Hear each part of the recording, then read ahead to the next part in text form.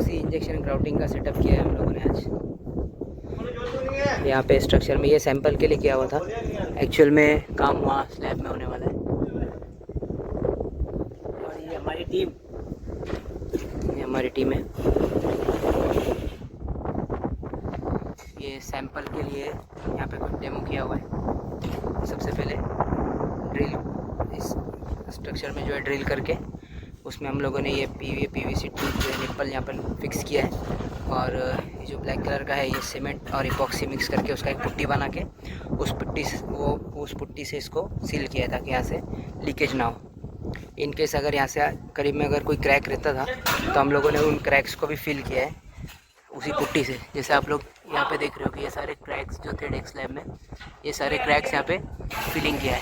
ठीक है, अब क्रैक फिलिंग और निप्पल ट्यूब फिक्सिंग के बाद इसको रेस्ट किया। अब ये पुट्टी पूरी तरह से फिक्स हो गई है। यहाँ पे हम लोगों ने इस ट्यूब पे एक डेमो किया था, तो यहाँ से लीकेज तो नहीं हुआ, मतलब ये पुट्टी फिक्स है। ये निप्पल का हमारा सेटअप रेडी है। अब हम लोग जो है ग्राउटिंग जो हम लोग कर रहे हैं, लो विस्कोसिटी इपॉक्सी ग्राउट यहाँ पे यूज़ कर रहे हैं। तो ये है सिकाडोर 55 LP। ये मटेरियल 2 पार्ट में आता है। यहाँ पर एक ये कंपोनेंट ए है जो कि रेजिन है, और एक कंपोनेंट बी है, ये इसका हार्डनर है। इसका रेशो जो है कंपनी से ऑलरेडी वेटेड है। ये 0.2 kg, 0.2 kg और 0.8 kg, इन दोनों को एक ही प्रोपोर्शन, मतलब एक कैन रेजिन में एक कैन हार्डनर हमको पूरा मिक्स करना है। ये एज़ पर उसका टेक्निकल मैन्युफैक्चरर्स टेक्निकल स्पेसिफिकेशन ये फैक्ट्री से पैक आया है। इन दोनों को एक साथ में मिक्स करेंगे। इसके बाद हमारा जो मटेरियल है वो,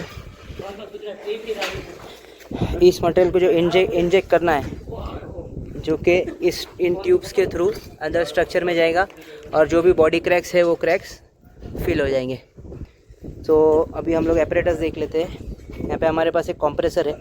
इस कंप्रेसर पे हमको 2 kg टू 5 kg तक का प्रेशर, kg पर सेंटीमीटर स्क्वायर का प्रेशर मेंटेन करना है।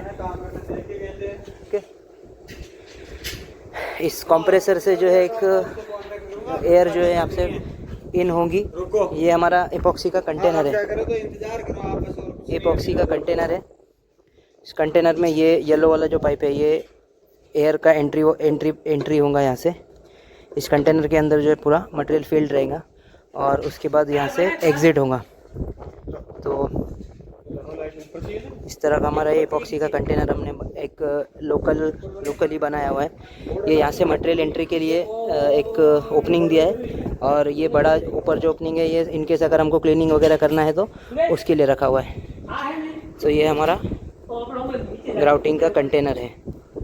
सो वो कंप्रेसर से मटेरियल हमारा जो है एयर जो है फ्लो के कंटेनर में आएगा। कंटेनर से मटेरियल पुश करेगा, और ये जो एग्ज़िट, यहाँ पे जो ये एग्ज़िट का वॉल है, यहाँ से जो है हमारा मटेरियल इस नोज़ल के थ्रू जो है, ये नोज़ल है, इसके थ्रू इस तरह से इसमें इंसर्ट करेंगे इसको।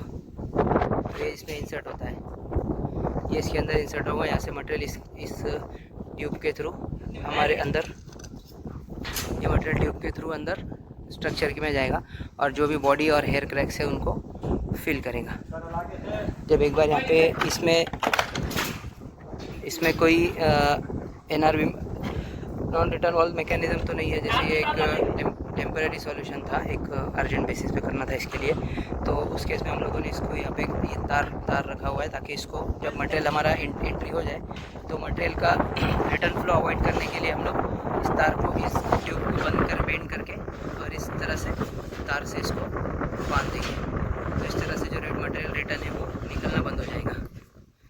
ये एक टेम्परेरी यूज़ के लिए है, बट एक्चुअल में हम लोग जो है वो पैकर्स या नोजल से ग्राउटिंग करेंगे।